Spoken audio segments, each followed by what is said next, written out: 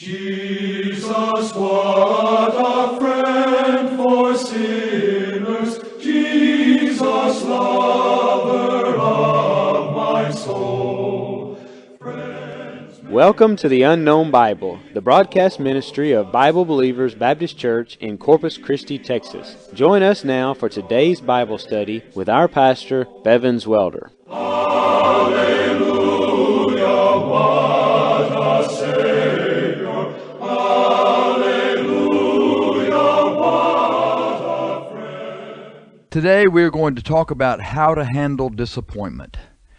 And so often we face things that disappoint us, and we must know how we're going to handle disappointment. So today we're going to study a few Bible characters to see how they handle disappointment, and by studying their lives, they should help us to see how we should handle disappointment.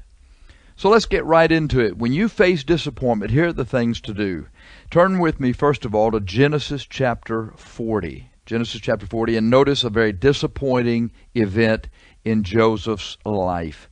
Joseph had been imprisoned, and notice verse 23 of Genesis chapter 40, "Yet did not the chief butler remember Joseph, but forgat him." What happened?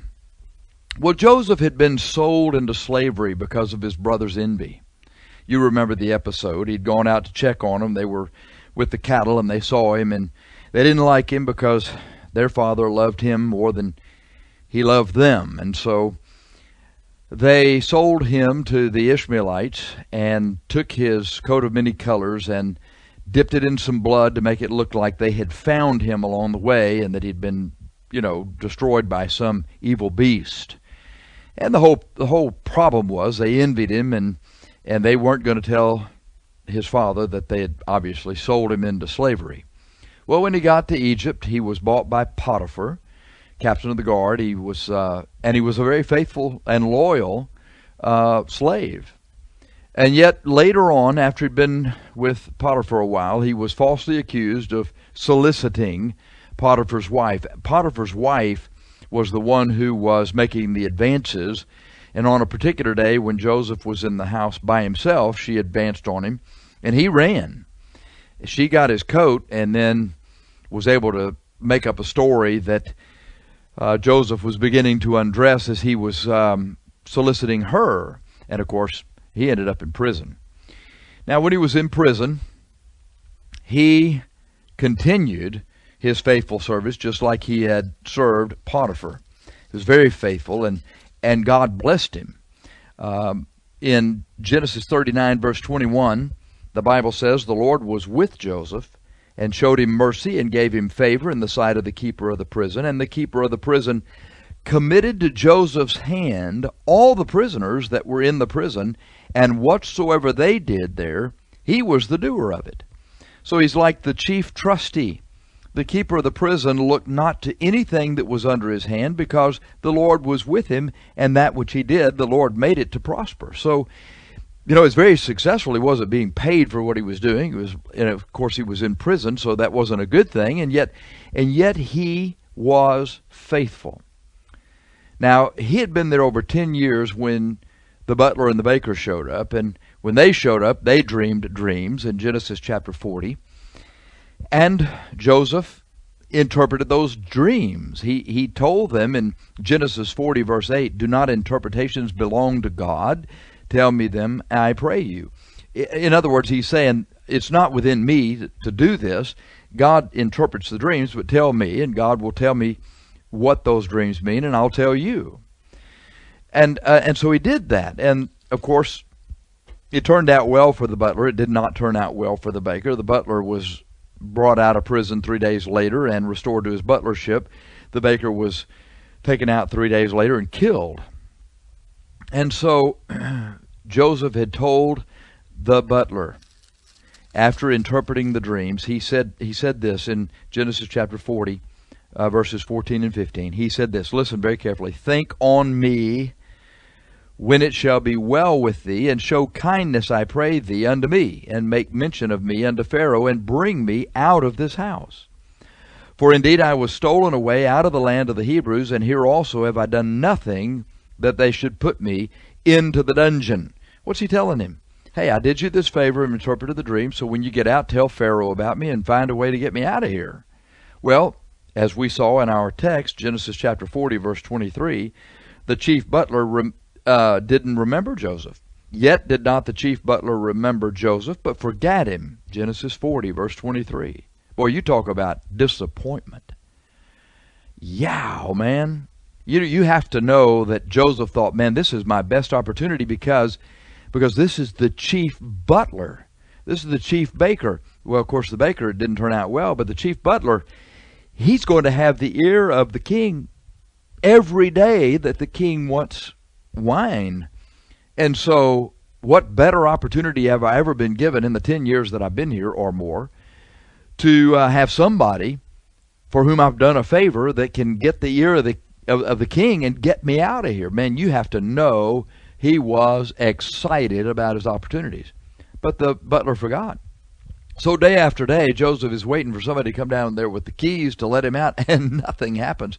And you know something? The Bible tells us in Genesis 41:1, it came to pass at the end of 2 full years that Pharaoh dreamed, and behold, he stood by the river. So a full 2 years later, Joseph is still down there in that dungeon, still in that prison, still doing the same thing, and nothing happens. Now, let me ask you a question. Do you know how he handled that disappointment? You say, well, he scratched on the walls, and he went crazy, and he beat on the bars, and he beat up people in frustration. And no. You know how he handled it? He just kept on doing the same thing he'd always been doing. He kept doing good. And you know what you need to do when you face disappointment? You need to keep doing good. You say, yeah, but I don't want to. I'm upset. I know. So was Joseph. But you know, Joseph was notable. Joseph was a standout because when he worked for Potiphar, you know what? Potiphar did not regard anything that was under his own hand. He left Joseph in charge of everything. And you know what the keeper of the prison did? He said, this is the main guy right here. And he left everything in Joseph's hand. And you know what? Those two things spoke well for Joseph, because you have to do well in administering for somebody else. Joseph learned in those 13 years a lot of things about handling all kinds of problems, all kinds of people, all kinds of situations, and proved himself to be a very responsible person. You know what that did? That set him up. That set him up for what was coming. So in other words, Joseph just handled the bad situation by doing the same good things he had been doing before. And that's what you should do. When you are disappointed, what? You didn't get the raise. You didn't get the promotion. Somebody else did. You didn't get the job. You didn't get the class you were hoping for. And all those other kinds of disappointing things that you were hoping would come your way. You know what? You just keep doing the same good things that you have always done. That's what you do. That's what Joseph did. Just keep doing good. Now, when you face disappointment, not only do you keep doing good, but look, know this. There is something better. Know that. There is something better. Genesis chapter 41, you know what happened. Pharaoh ended up having a dream of kine and of ears of corn. 7 fat kine eaten by 7 skinny kine, 7 fat ears of corn that are blasted, eaten by 7 thin ears, blasted with the east wind. And nobody could interpret the dreams. And then the chief butler in verse 9, Genesis 41:9, spake unto Pharaoh as saying, I do remember my faults this day. Pharaoh was wroth with his servants, and put me in ward in the captain of the guard's house, both me and the chief baker. And we dreamed a dream in one night, I and he. We dreamed each man according to the interpretation of his dream. And there was there with us a young man, an Hebrew, servant to the captain of the guard. And we told him, and he interpreted to us our dreams, to each man according to his dream he did interpret. And it came to pass, as he interpreted to us, so it was. Me he restored unto mine office, and him he hanged. Then Pharaoh sent and called Joseph, and they brought him hastily out of the dungeon, and he shaved himself and changed his raiment, and came in unto Pharaoh. Now, This is really something. This is really something. You see, if Joseph had been released 2 years earlier, when he wanted out, he would have returned to slave status. He went in as a slave, and although he was a great hand, he was still a slave. He would have come out the same way that he went in, and he probably would have enjoyed, if not in Potiphar's house, somebody else's house, the same great status of being the chief steward, but pay. Don't have to pay. Free help. But because of the delay, when he came out, he was able to interpret Pharaoh's dreams, as you know. That's the rest of Genesis chapter 41. And then he is able to make a recommendation to Pharaoh what to do about those dreams. I mean, Joseph had been running things for 13 years. He said, now what you need to do is you need to gather up all the food out of the land in the 7 years of plenty, and then you'll have plenty of food when the famine comes. And I recommend that you put somebody in charge of gathering up these crops and administering these crops. And in verse 37 of Genesis 41, the thing was good in the eyes of Pharaoh and in the eyes of all his servants. And Pharaoh said unto his servants, can we find such a one as this is, a man in whom the Spirit of God is? And Pharaoh said unto Joseph, forasmuch as God hath showed thee all this, there's none so discreet and wise as thou art. Thou shalt be over my house. And according unto thy word shall all my people be ruled. Only in the throne will I be greater than thou. What chance did this Hebrew slave have of ever being promoted to the second ruler of the country? I mean, in terms of Trinity, we're talking like God the Father and God the Son. This is an amazing thing. You see, the Pharaoh that promoted him was different than the one who had been there 2 years earlier. The chief butler is recounting the story, and he says Pharaoh was wroth with his servants. And then in verse 13 he says, it came to pass as he interpreted to us, so it was. He, that is Pharaoh, restored unto mine office, and him, that is the baker, he hanged. In other words, he's telling this Pharaoh about what happened under another Pharaoh 2 years before. So God set it up that he got the right Pharaoh on the throne who would promote Joseph to this status.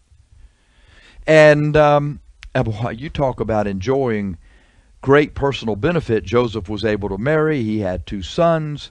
He's the second ruler in the kingdom. You can read in Psalms that nothing happened in that country without Joseph's approval. It was just unbelievable how powerful he was. So not only did he enjoy great personal benefit, but he also saved his own family from famine. And none of this would have been possible if Joseph had gotten his way earlier. So you need to remember something. When you face disappointment, remember, as hard as it may seem, this gives God opportunity to provide you with a better outcome. That's right. When you face disappointment, it gives God opportunity to provide you with a better outcome. So, when you face disappointment, number 1, keep doing good. And number 2, know that there's something better. All right, that's not all. Turn with me to 2 Kings chapter 4. 2 Kings chapter 4, this is during Elisha's prophecy, the time of his prophecy. And he travels, and when he's traveling, he ends up going through a place called Shunem. Shunem, S-H-U-N-E-M. He goes through Shunem, and there's a woman there whose house is on the wall, and she said, to her husband, she says, we need to prepare a place for this prophet. And so they did. From then on, this place that she sets up here has been known in churches as a prophet's chamber. In other words, when visiting preachers come, a lot of times churches have a place where the preacher or the preacher and his family can stay during the meeting, like missionaries and sometimes visiting preachers get to enjoy. They call it the prophet's chamber, and it comes from 2 Kings chapter 4. She says to her husband in verse 10, let us make a little chamber, I pray thee, on the wall, and let us set for him there a bed and a table and a stool and a candlestick. And it shall be, when he cometh to us, that he shall turn in thither. That's his prophet's chamber. Now this woman didn't have a child. And when she took care of Elisha, Elisha said, what can I do for you? And she said, basically nothing. Well, Elisha's servant, Gehazi, said to him, well, you know what? She doesn't have a child. And so Elisha worked it out where this woman was blessed with a son when she had given up all hope of ever conceiving. Boy, you talk about joy. The Bible tells us that the barren womb is one of the 4 things that's never satisfied. Well, she was satisfied with a son. And then when the child was grown, he died. Oh, how sad. 2 Kings 4, verse 18, the woman conceived and bare a son at that season that Elisha had said unto her according to the time of life. That's verse 17. And then verse 18. When the child was grown, it fell on a day that he went out to his father to the reapers, and he said unto his father, my head, my head. And he said to a lad, carry him to his mother. And when he had taken him and brought him to his mother, he sat on her knees till noon, and then died. And she went up and laid him on the bed of the man of God, and shut the door upon him, and went out. And she called unto her husband, and said, send me, I pray thee, one of the young men, and one of the asses, that I may run to the man of God, and come again. He said, wherefore wilt thou go to him today? It's neither new moon nor Sabbath. And she said, it shall be well. Then she saddled an ass, and said to her servant, drive and go forward, slack not thy riding for me, except I bid thee. In other words, go as fast as you can. So she went and came unto the man of God to Mount Carmel. And it came to pass, when the man of God saw her afar off, that he said to Gehazi his servant, behold, yonder is the Shunammite. Run now, I pray thee, to meet her, and say unto her, is it well with thee? Is it well with thy husband? Is it well with the child? And she said, it is well. Well, it wasn't well, but that's what she said. So, here's the thing. She was crushed. She was absolutely crushed. And yet, instead of crying out in despair and complaining, she said simply, it is well. Wow, that's amazing. You see what she did? She maintained an attitude through her sad disappointment that prevented her from fretting against God. You see, when you face disappointment, you're mad. You want somebody to pay. You want to complain to somebody who can do something about the problem. But oftentimes, nobody can. It's just the way it works out. It's the system. Maybe it's something with the government. Maybe it's something with your employer. Maybe it's something with your health. Maybe it's something with the doctor, and it just doesn't change. And you want it to change, and you cry out to say, people say, well, how's it going? You say, it's not well. I'm really upset. Things aren't going well at all. You know what she said? It's well. So when you face disappointment, remember to keep trusting God and say, it is well. You say, why should I say that? Because it is well. You say, yeah, but it doesn't seem like that right now. No, not right now, but it will be. It will be. It is well. So what do? Well, you do what this woman did. When you face disappointment, like Joseph, keep doing good. Know there's something better. Like this woman, say it is will, and then this, draw close to God's man.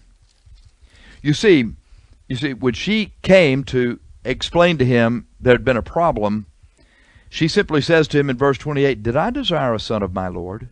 Did I not say, do not deceive me? That's all she said.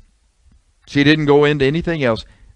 Elisha figured it out. He said to Gehazi, you go and take my staff in thine hand. Go thy way. If thou meet any man, salute him not. If any man salute thee, answer him not again, and lay my staff upon the face of the child. He's sending Gehazi to try to raise that child. Look what the woman said. In 2 Kings chapter 4, verse 30, the mother of the child said, as the Lord liveth, and as thy soul liveth, I will not leave thee. And he arose and followed her. You know what she did? She drew close to God's man. You see, when Gehazi went to try to raise the child, the woman didn't run after Gehazi. She didn't get back on the ass and go with her servant. She said to Elisha, I will not leave thee. She didn't run from the prophet. Likewise, when you face disappointment, don't run from the preaching of God's word. Stay in church. Stay with God's people. I have met many people who've gotten bitter and have gotten cold toward God when something goes wrong. Listen, when that happens, you are defeated until you die. By staying close to Elisha, you know what she was able to do? She received her son alive. Elisha returns, walks into the house in verse 35, and he stretches himself upon the child. And the child sneezed 7 times, and the child opened his eyes, and he called Gehazi and said, Call this Shunammite. So he called her, and when she was come in unto him, he said, Take up thy son. Then she went in and fell at his feet, and bowed herself to the ground, and took up her son, and went out. Now, you're saying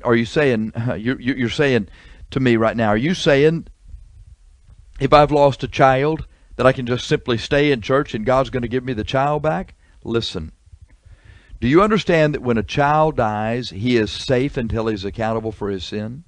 Jesus Christ said, Suffer the little children to come unto me, and forbid them not, for of such is the kingdom of God. If for some reason you have suffered bitter disappointment in your life because you've lost a child like she did, but this child had not yet reached an accountability for his sin. In other words, he was young when he died, and God doesn't hold him responsible for sin. You know what you're going to do? You're going to see that child in heaven, for of such is the kingdom of God. You say, well, he wasn't baptized. Doesn't make any difference.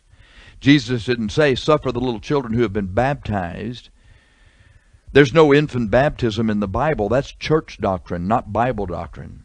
You will see that child in heaven again. He will be raised to live eternally because he was safe.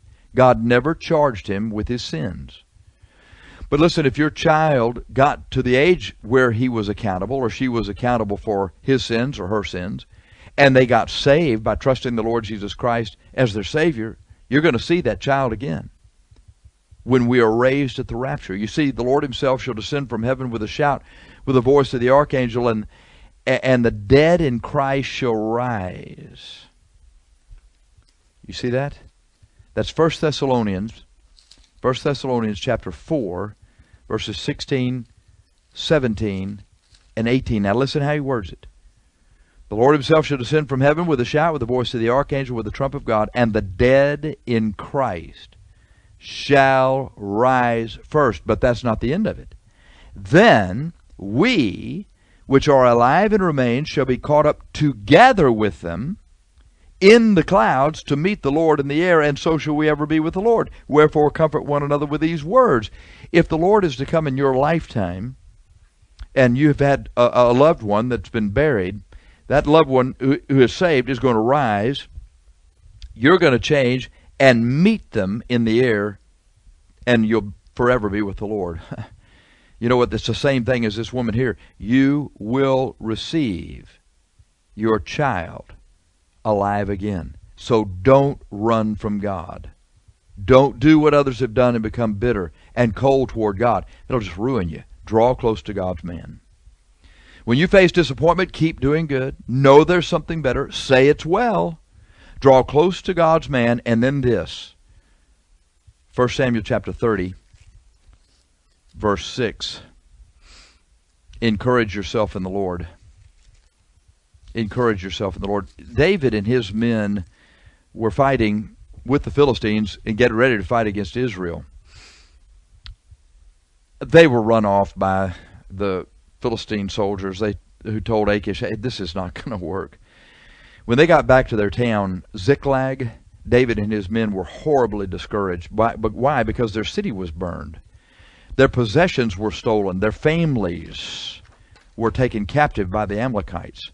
All the men who had been so loyal to David were so distressed, so distraught, that they spoke of stoning David. And instead of despairing, you know what David did in 1 Samuel chapter 30, verse 6? He encouraged himself in the Lord his God. You should do the same thing when you're discouraged. Get with God and get into your Bible. Pray and seek the Lord. He will encourage you and lift your spirit so that you can go on. David and his men, after they got over this instant shock, took off after the Amalekites, and they defeated them and recovered all of their possessions and recovered everyone who had been taken captive. And you say, well, yeah, but they couldn't return back to their city of Ziklag. It had been burnt. Doesn't make any difference. They didn't need Ziklag anymore. Why? They were heading to Hebron, where David was made king over Israel. Listen, encourage yourself in the Lord. That's right. Get in the Bible, get on your knees, and get with God. And then let me show you the last couple of things. 2 Kings chapter 5. What do you do? What do you do when you get disappointed? Well, in 2 Kings chapter 5, you can read about it. Naaman is the captain of the host of the Syrians. He's got leprosy. A little Israel maid said, I wish you would go to the prophet in Israel. He would recover you of your leprosy. So he goes to him in a big fanfare. And Elisha doesn't even come out. He sends his servant out and says, go dip in the river Jordan 7 times and you'll be clean. Boy, Naaman was mad. When you are disappointed, when you face disappointment, listen, don't go off in a rage. Naaman the leper was offended when Elisha's servant told him to go dip in the Jordan River. He was disappointed because this instruction was not what he expected. Unfulfilled expectations will disappoint you, but don't go off in a rage. Naaman's anger didn't do anything to improve his circumstances, and neither will yours. You can fuss and fight all you want, but it will not change your predicament. You're wasting your time and your energy. You are upsetting a lot of your friends. So what did Naaman eventually do? In verse 14, he went into the Jordan River. He did what the man told him to do. His flesh came again like unto the flesh of a little child, and he was clean. You know what you need to do?